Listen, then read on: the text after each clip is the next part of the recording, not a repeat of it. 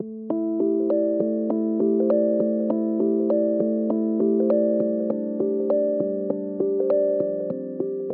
one of the interesting questions I get a lot is, what are the habits and what are the routines that I should focus on in order to improve my life? And I can say unequivocally, there is one habit that is by far the most important habit for changing your life. Now in this video, let's talk about what that one habit is, and I want to issue you a 100-day challenge.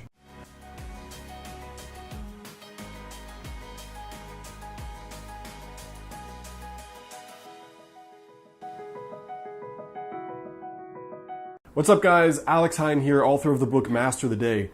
So there was a really interesting piece of research done, and I wish for the life of me I remember who it was, but he had interviewed and studied the world's most successful people for all of the traits, in other words the habits that they cultivated to become holistically successful. And what he found was something like 1,000 different habits in all of these people. But the single most important habit, when he was asked what is the most important habit, was discipline.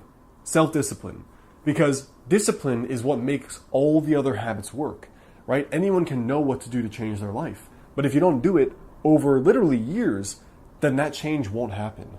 Now in this video, I want to share a few revelations I've had about discipline, issue you guys a 100-day challenge, and then hopefully provide some insight on how you can become more disciplined. So kind of reflecting back on my own life, I realized that almost anyone can get what they want. They can get the body they want, they can get the life they want, they can have financial freedom, they can travel the world, they can become the kind of person to attract their dream partner, they can become a regular meditator if you give them enough time, right? Anyone, even if they fail for 10 years, 20 years, 30 years. KFC was started by Colonel Sanders way later in life. I mean, many of the world's most successful people started way past 40.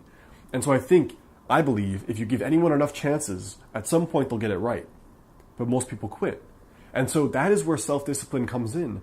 And if you look at something so simple, like how many people do you know that go to the gym 4 times a week and have done so for 1 year? Not 10 years, not 50 years, 1 year. Not that many, right? And if you just do that habit, you're going to be in a very different body a year from now, or even 6 months from now. So here's what I want to issue as far as a 100-day challenge goes. All right, so this is the 90 or 100-day discipline challenge, okay? All you need to do is 3 or 4 things. Very first thing is pick a habit or something that's important to you that you are actively working on. So common ones are meditation, going to the gym, flossing. We'll just use those 3 as examples. And then what I want you to do is start with, let's just say meditation or the gym, start with 5 minutes. That's it, just 5 minutes. The third ritual is you're going to add 1 minute every time you do it. And the fourth, or the third here, is that you're going to ignore how you feel and you're just going to focus on the direction you want to go in your life. So this is very different than some of my advice. The whole point of discipline is valuing the goal, the future you want to create, more than how you feel right now. And it doesn't mean you're always going to feel this way, but you ignore how you feel to get the work done that will lead to the feeling you eventually want, okay? So that's what I want you to focus on. So for example, when I moved back from China in like 2011, my buddy Jeff and I, we were both into meditation, but neither of us had the discipline to meditate like 2 hours a day. So we did this 100-day meditation challenge, this 100 days of meditation, and it's in my book, Master the Day, and we started with 1 minute of meditation on day 1. And every single day we added 1 minute of meditation until day 100, which was 100 days. So that's a lot of meditation. And what I find is that at some point it's easy, and then at some point you're like, crap, 40 minutes is a lot of meditation. Like, where do I fit that in? But the point of discipline is the most important skill for success, because when it's cloudy, I don't want to do anything. When I have a cold like now, I don't want to do anything. Definitely not these videos. When things are not going well in my life, I don't want to do crap. And yet, the reason why I'm almost never been derailed in the last 5 years is because I've cultivated my own personal discipline to such a high level that like I haven't missed a week in the gym besides when I go on vacation, probably in 7 years, maybe 10 years. And these videos are out every single week with not 1 week missed. These are not things that I always want to do, but after a while they become effortless. And the point is that when you cultivate discipline in your life, you become more driven by the alignment with the direction you want to go in, rather than how you feel right now. And it doesn't mean you stuff down your feelings or how you feel never matters. That would be a crappy life where you never felt good. The point is, it may not feel good now, but in 20 minutes, you might feel great. You might feel great right after you do it. And I very often do personally.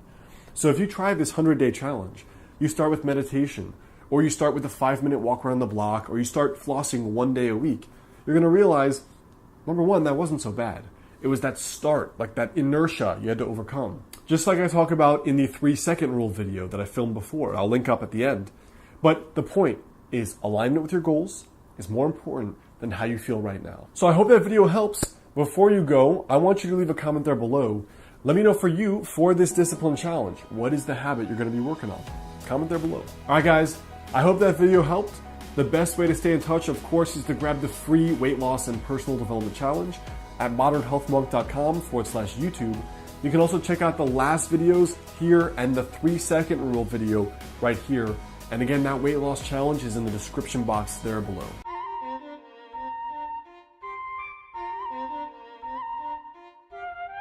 So setting up the biomat is pretty easy. Basically, there's the biomat itself that you put down. Unfold the biomat and you can see the crystals there in those little bar looking, the lighter colored parts right there. So you lay the mat flat. Here's a little bit of an overview of what it actually looks like up close. That part on the right there is where the power cable attaches, where you can adjust the heat settings and things like that. These are the crystals that we talked about earlier. And it's pretty cool, actually. It's a very interesting look and a very interesting design, very comfortable when you lay down on it. You can see more about the crystals here. It's very unique and something I haven't really quite seen anywhere else. So once you can see the mat here all laid out top to bottom. I'm 6'2", so it's a little bit bigger than me. Basically, to set it up, you take the power cord, you plug it in, and then it's going to give you this, there's going to be this box attached. And the box essentially shows the heat setting on one side there that you want to have. So you can see on the left, those two butterfly winged parts. So once it's plugged in, you're going to see the lights actually turn on here. And it's going to give you this kind of like calibrating look. And once that's going, you can adjust the temperature settings on the right there. So I'm hitting the temperature button. You can see it going up from 96 to 104 to 113. And one of the things I noticed was that for some people, they like it really hot. It helps them fall asleep and it helps them relax, no problem. And for other people, it's just too much. So it's cool to play with the temperature setting there. There's also a timer part, timer duration, so 2 hours, 4 hours, and so on. Basically, once the timer's all set, put down this little pillow here, get ready for what's essentially my power nap. A couple of the users have talked about it being the world's best power nap. Lay down, throw a little blanket on yourself, and then for me, I would do it for maybe 15 to 30 minutes in the middle of the day, kind of like a quick little recharge period that can help me build up some energy where I don't really have time to like sleep for 1 or 2 hours, or I don't really have time to actually take a proper nap, or if I slept poorly the night before and, you know, now there's just no way for me to recover that energy, and I'm not really interested in drinking a whole bunch of coffee. So that's kind of a look at how the biomat works and the setup and laying down and getting started with your power nap.